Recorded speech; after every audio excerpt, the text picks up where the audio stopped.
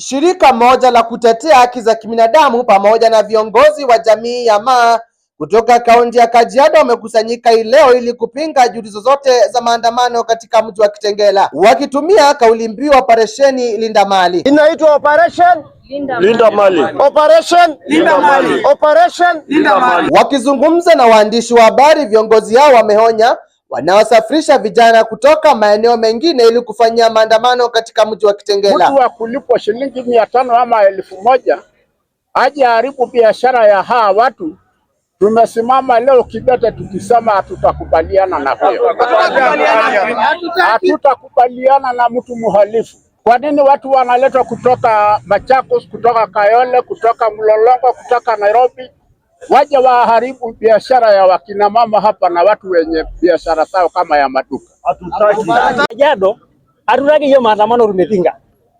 Na sisi tafadhali tumejitolea kwa njia zote hiyo maandamano isimame. Na mwenye anafadhili hiyo ndio ilikuwa anaomba kweli huyo mtu ajulikane na ichukuliwe hatua, sababu hiyo sio ungana ambayo unakuja kuharibia watu biashara ambayo wamekuja kuweka mali yao biashara na unakuja kuharibu. Wameapa kushirikiana na maafisa wa polisi ili kukomesha furugu katika mji wa Kitengela, Rongai na ule wa Kiserian.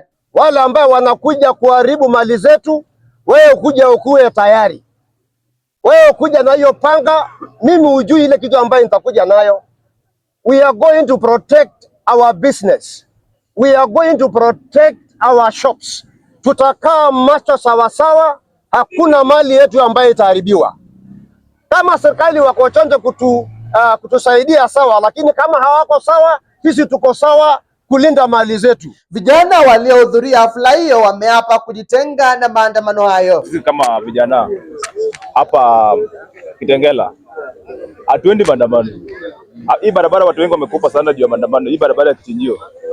Na safari hii sisi hatutaki maandamano hapa. So hii Kitengela hatutaki maandamano. Ni amani tu. Na kazi endelee.